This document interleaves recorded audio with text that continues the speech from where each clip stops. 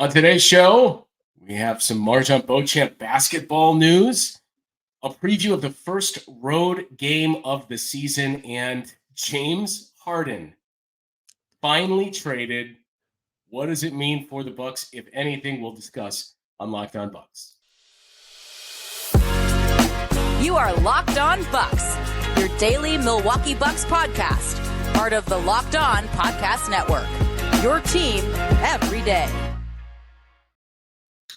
Welcome to Locked On Bucks. I'm Justin Garcia. You can hear me on the Bucks Radio Network. She's Camille Davis. You hear her on the Technical Foul podcast, and we thank you for making Locked On Bucks your first listen every day. We're ad-free and available wherever you get your podcasts on YouTube. Part of the Locked On Podcast Network, your team every day. Camille, we'll start with the bombshell that came close to 24 hours ago as we record this. It was, 1 a.m. Central Time, somewhere around there, that we heard James Harden was traded. And this whole saga has been interesting, to say the least, for a number of reasons. But to me, I just start with the fact that it seemed like we were getting close to James Harden actually returning and playing for the Sixers, that you had to ask yourself, are we actually going to see him play a game for the 76ers? And then we come to find out, no, we will not. So he's traded to the Clippers. That's the details there. But I guess we start with, he's out of the Eastern Conference. Mm-hmm. Does this move mean anything for the Bucks? Yes, no, or TBD? I think it's a TBD. When you look at it, I do want to say that when the news broke, I was just kind of like, wait, what? And you had to wait a while before you saw who he was traded for. And that was the piece that I was very interested in. And seeing what the haul was, seeing that Terrence Mann's not there. It's not Norman Powell coming to Philly. You know, it's some guys who are going to be expiring. And when I look at what Philly got back, I don't think it affects too much what happens this particular season, because we've already seen from the first week with Tyrese Maxey being named Player of the Week, like, Maxey has it, and the way that he can use his speed to his advantage paired with Joel Embiid, it's impressive to see. And you can really see now with this trade that they're going to just double down on that duo for this season. But what this trade does for Philly is that it gives them flexibility for next season, because if they wanted to, Joel Embiid's the only guy really on the books for next year. So they could clear house and start fresh and rebuild around him. Like, they have a lot of flexibility for this team now, which doesn't do too much for them this season, in my opinion. But what they're able to do next season with that flexibility is going to be really interesting. Or, I mean, they could also pivot and flip some of the guys they just got back, because, again, a lot of expiring contracts on this team. Flip it and try to get another star. And if they do that, it's still to be determined, but it could impact, how Philly finishes this year. Because if a disgruntled superstar becomes available, or a team is like, let's blow this up, Philly could be a team that's like, we have some assets to give you, and they come off the books next year for you as well. So it might be very valuable for you to take on. Like, could you imagine maybe like if Zach LaVine gets on that market, if things just don't go well in Chicago with that big three they've been trying to make work, but it's still just not earling quite right in Chicago for him, maybe LaVine becomes available and they can use some of those assets to go acquire him. Either way it goes, I think it's to be determined, because I don't think the move in itself is enough to really change how I felt about Philly or their chances this upcoming season. If anything, one might say it weakens them. But if Tyrese Maxey is really what he's shown us this first week, I don't know if it's that much of a drop off right there from Harden to Maxey. But I think it's to be determined overall. You mentioned flexibility quite a bit. It's apropos, because today's show brought to you by Game Time, who give you that flexibility. Download the Game Time app, create an account, and use code LOCKEDONNBA for $20 off your first purchase. And for the East, I think this so far is good for the Bucks, but it's basically in where you kind of fell. It's still TBD for that last point of what are they going to do with the draft picks. And I know that was a big part of it. You didn't get Terrence Mann in the deal, and I think if you're a casual NBA fan, you look at this as you wake up in the morning and you see James Harden is traded, and you see the list of names in that deal, and you think, James Harden went like the same James Harden that I watched with the Rockets and the Brooklyn Nets. That's what he went for. But the draft picks in there are the big one. And I know you mentioned, and it's been the talk too, of Daryl Morey has his sights set on, I need to get these draft picks. so I can go out and get that next disgruntled superstar. You mentioned Zach LaVine, and that was a name that came up. OG Anunoby, who the Bucks will see tomorrow night in Toronto, or tonight when you listen to this. That's another one that came up. But I just don't see either of those two being enough of a needle mover to put the 76ers in the same conversation as the Bucks or the Celtics. I agree. I still think that divide between the Bucks and the Celtics and the rest of the Eastern Conference is still quite large. And that's no disrespect to Philly and what Joel Embiid is. We know he's an MVP. We know he's, finished top 3 in MVP voting for the last couple of years, and we know the talent that he has. But when you look at the firepower that Philly has compared to a Boston, and we know a critique of Boston is their bench depth right now, but again, we get to the playoffs. I don't know who you ask. That is very true. That is very true. And when you get to the playoffs, I mean, that bench becomes a little bit less important, assuming that, everybody else is healthy. And with them being able to have Derek White, Drew Holiday, Jaylen Brown, Jason Tatum, and Kristaps Porzingis or Al Horford in that 5 spot, their top 6 is really talented. Al Horford got off to a little bit of a slow start this season, but, we know what Al can do. And that's a tough team to beat. That defense in that backcourt is ridiculous. And even on the wings with Brown and Tatum. So that's a tough combo to beat. And then we look at the Bucks. Of course, we have Giannis and Dame. That's been the talk all summer, given the fact that this trade happened and caught everybody off surprise. You have that duo with the gravity that they have and how they can create for their teammates just from the gravity of them being who they are, surrounded with Chris Middleton, Brook Lopez, Malik Beasley.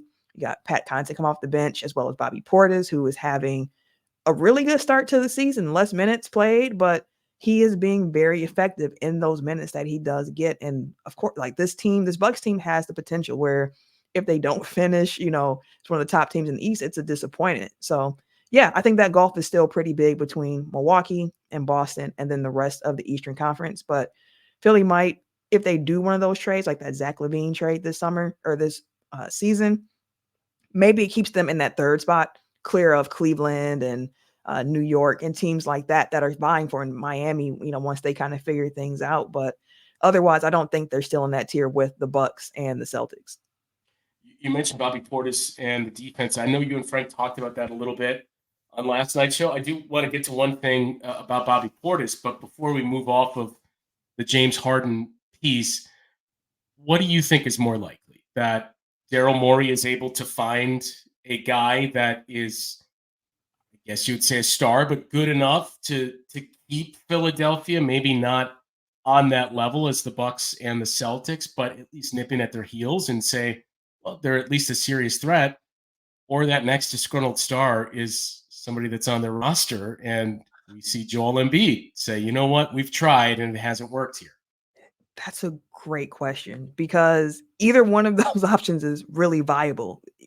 If Joel Embiid buys into what Daryl Morey is selling him for the future of the franchise, again, saying, hey, this year, we might just rock out with you and Maxey, see what he can develop into. And then next summer, we promise you, we're going to reload around you and get you that championship team, around you to be able to compete with the Milwaukee and Boston in the East, as well as the juggernauts in the Western Conference. We can do that for you. If he believes that, I could see him being like, you know what?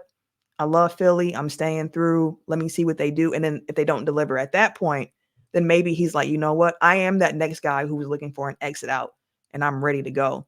Or maybe it's a situation where it was like when Philly brought in Jimmy initially, where they just did it to kind of see how it worked out and have insurance for themselves in case they couldn't, if Tobias Harris is gone, we can get Jimmy. If Jimmy's gone, we can get Tobias. But it depends on how it all shakes out and what they're telling Joel Embiid behind the scenes, I think, and what he is comfortable with and believing. If he has faith in that front office and what they could be and put around him, I could see him staying and being like, I'll give you at least one more year. But I think that clock is ticking for Embiid in Philly, where Philly has to put that talent around him to get him to that championship, contention that he so desperately is craving.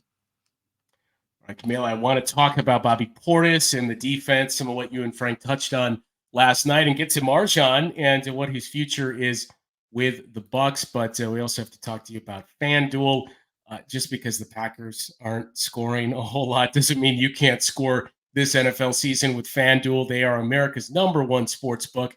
And right now, New customers get $150 in bonus bets with any winning $5 money line bet.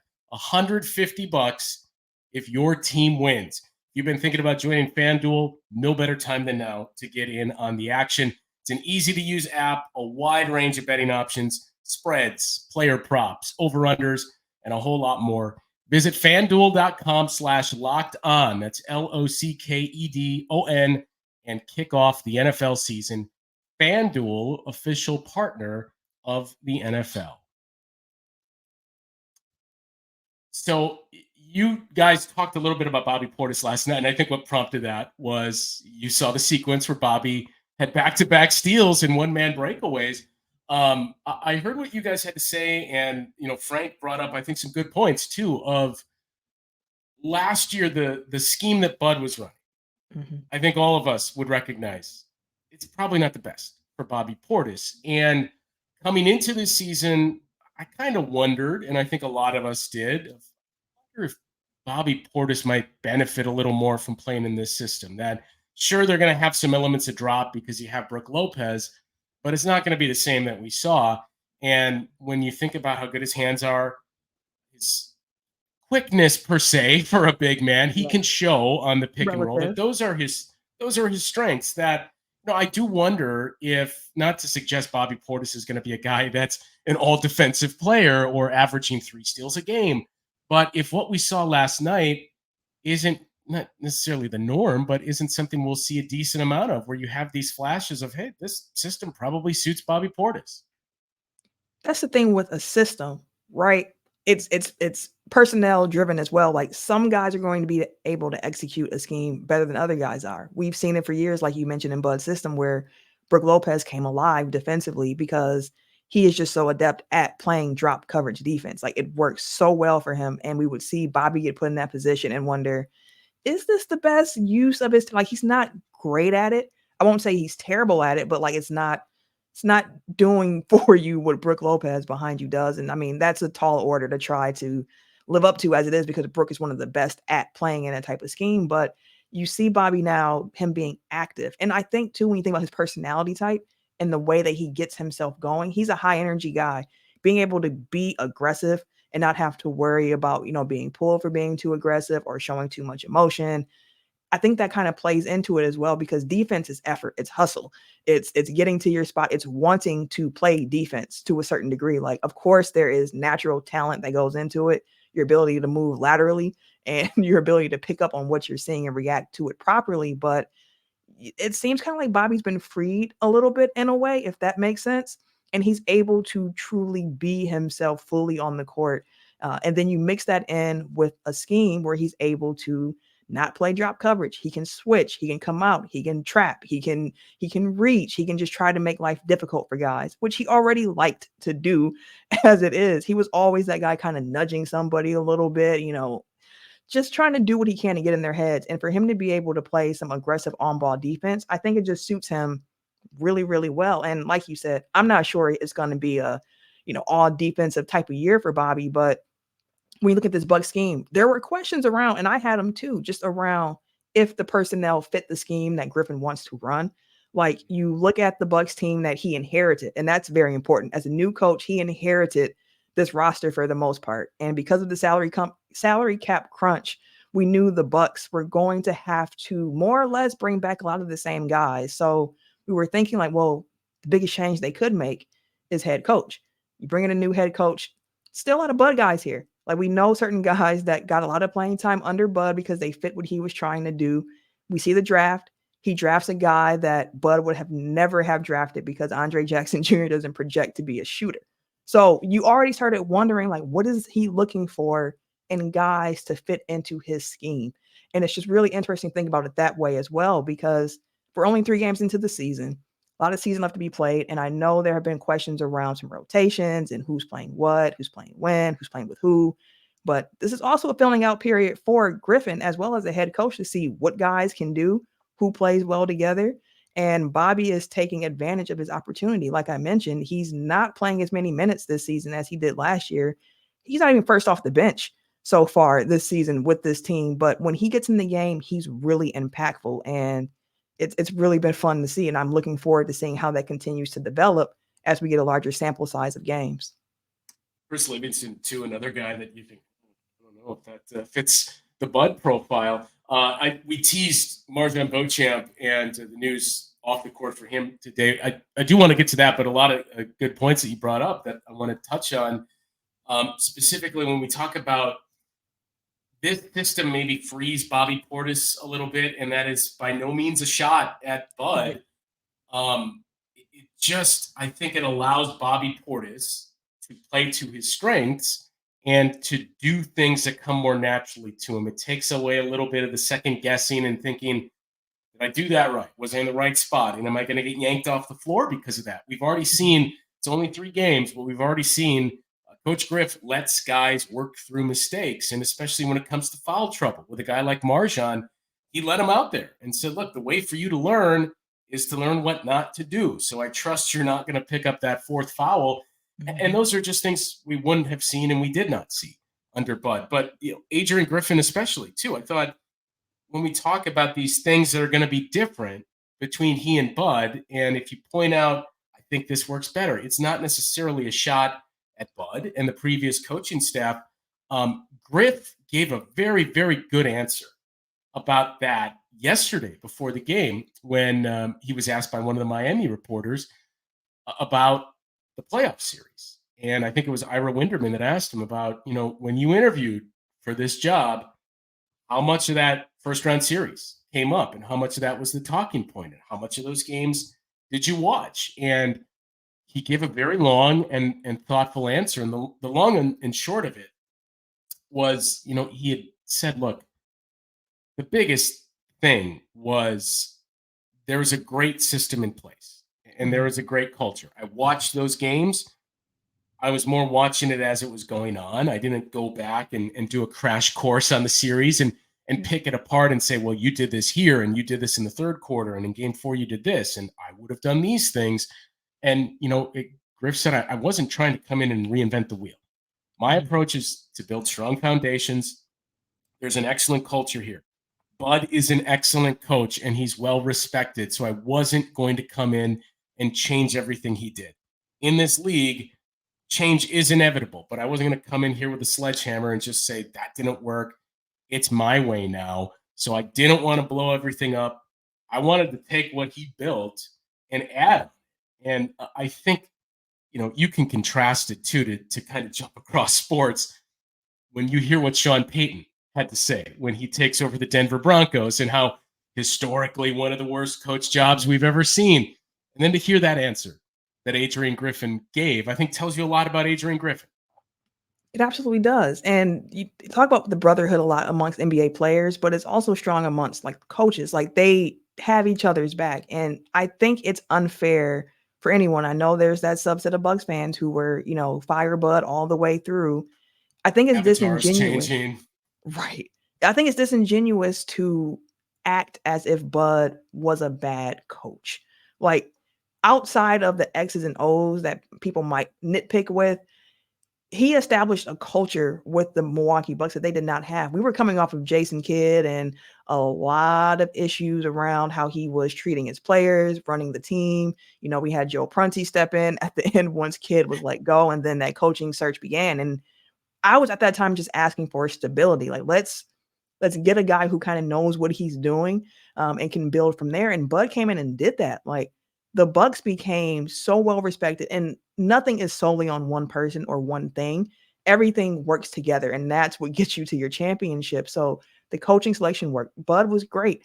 He might have had his problems. He was not perfect, but he did what he had to do to establish something new with the Bucks. That system that he implemented with the 5 out, I know everybody got tired of the blue squares after a while, but it really did free up Giannis to see the game differently and start taking off in a way that we hadn't seen before. So I give Bud a lot of credit, and I love to hear that, Coach Griffin is also paying his respects and giving him credit for what he helped to establish here in Milwaukee. Stability, like you said, was the big thing because, when, not to make this into the Mike Budenholzer apology hour, but when he was hired, if we go back to that offseason, nobody thought the Bucks were going to win 60 games and have the 1 seed. You even when you hired Bud, you were certainly intrigued and thought, okay, this is probably the best coaching candidate out there. Great. But the talk that offseason was hopefully the Bucks can have home court advantage in the first round, and hopefully they can finally get out of the first round. So Yeah. I think that just speaks volumes to the stability that he added and that foundation that Griff talked about that he built that now Adrian Griffin gets to benefit from and take that to another level and add another level onto the house, so to speak. We mentioned MarJon Beauchamp and the news for him off the court today. We will get to that when we come back and preview what is going to be the first road game of the season for the Bucks here on this very, very young season. But not before we talk to you about game time. If you've had any frustration buying tickets, I know I have. I did over the summer, and I should have used Game Time because they take away all of those frustrations. You can buy them well in advance. If you need it last minute, it doesn't matter. The frustrations are gone. Always good deals. You're not competing with other services. You don't have to worry about when to buy your tickets for the next big event if you use Game Time. It's a fast and easy way to get your tickets for all sports, music, comedy, theater events, you name it, anything around you. Use Game Time to get your tickets to that event. There's killer last-minute deals, all-in prices. You get to see with fees and everything what is going to cost you, views for your seat. It is the best price guarantee there is. Game Time takes the guesswork out of buying your tickets. It's the best experience you can have for last-minute tickets, flash deals, anything you can think of. Use the Game Time app whenever you're buying your tickets. All right, so Camille, we mentioned the news. MarJon Beauchamp, I guess, worst kept secret. Did anybody really think he wouldn't have his third-year player option picked up? But we've talked quite a bit about the dearth of young talent that this team had for the last 5 years, basically, under Bud. We could point to Dante DiVincenzo, and that was basically it that you had for young guys that you had a chance to develop.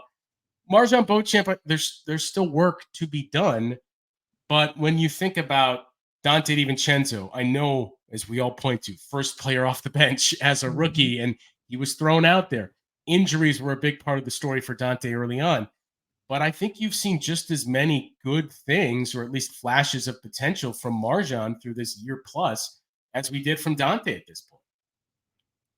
Listen, anytime we talk about MarJon, I'm going to be excited about it. And I think part of that optimism comes in from, as you mentioned, just a dearth of young players that we've had on this team to root for, to cheer for.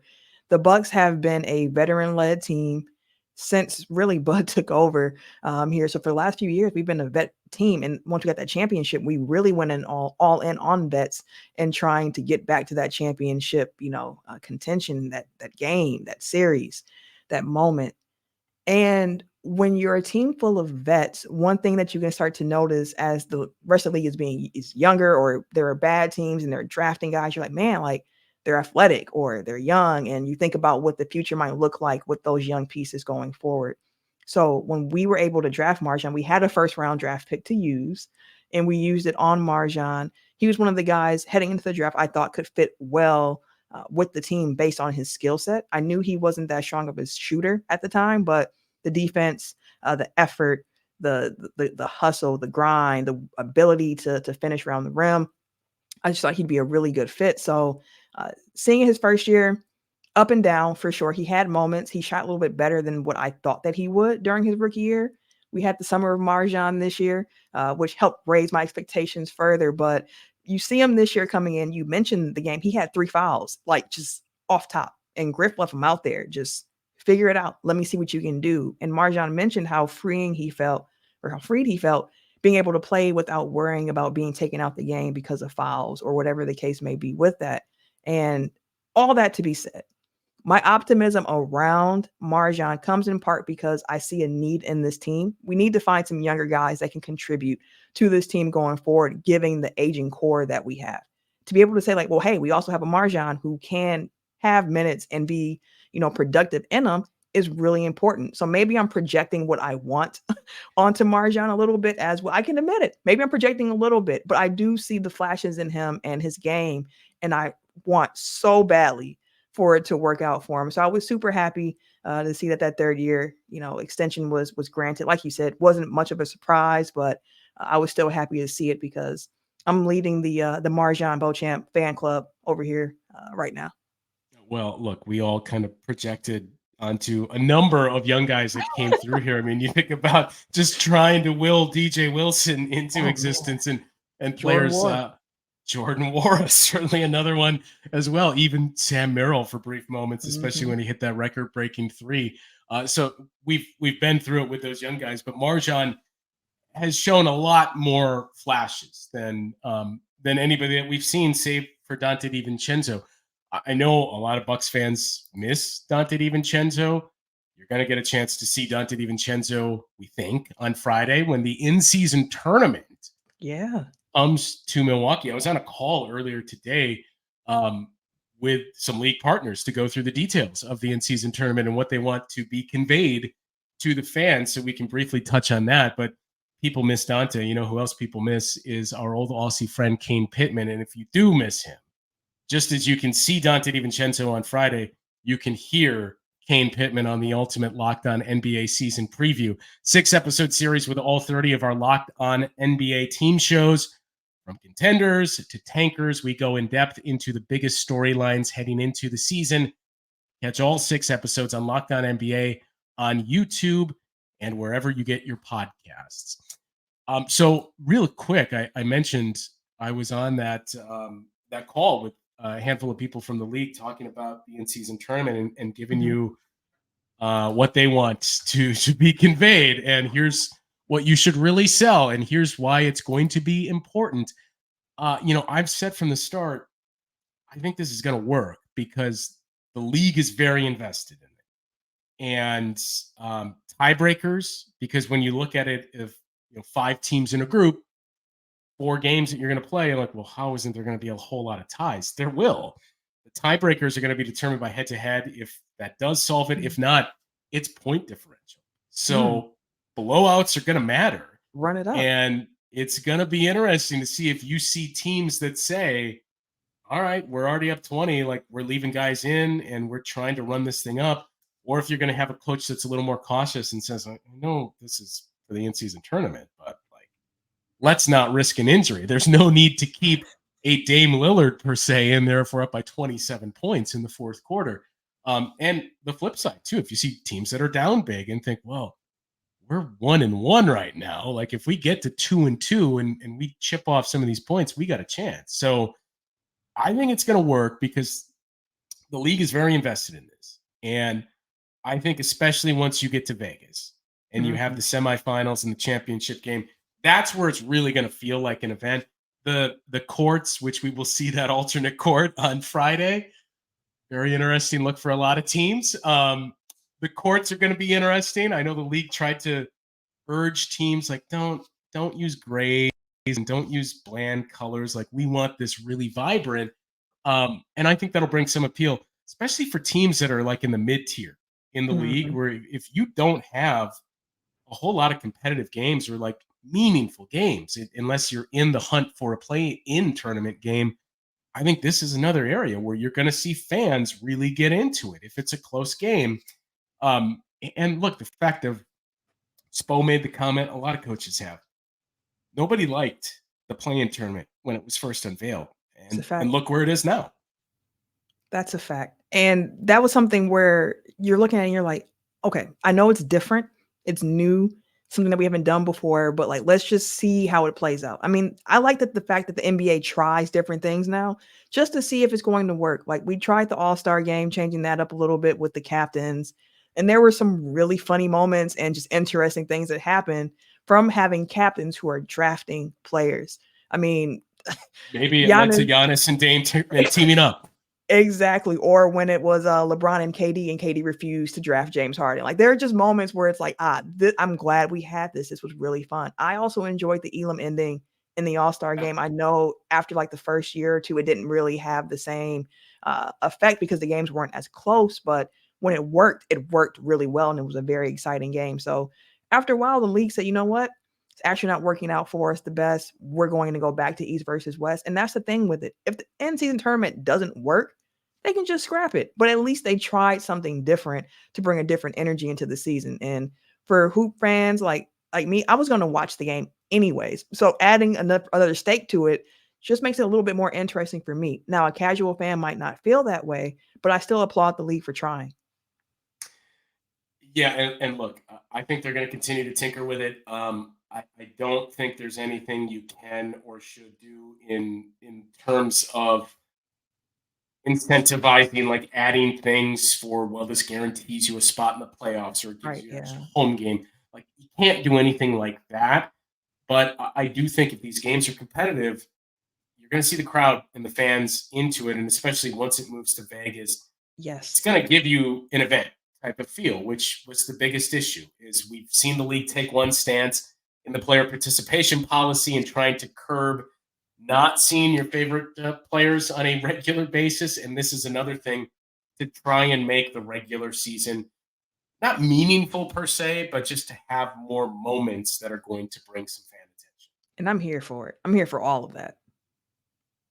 We will take a look at that as we get closer to it, because again, the first for the Bucks will be this Friday against the New York Knicks. So each team plays 4 games, 2 at home, 2 on the road, and it wraps up November 28th, I believe, is the last set of in-season tournament games.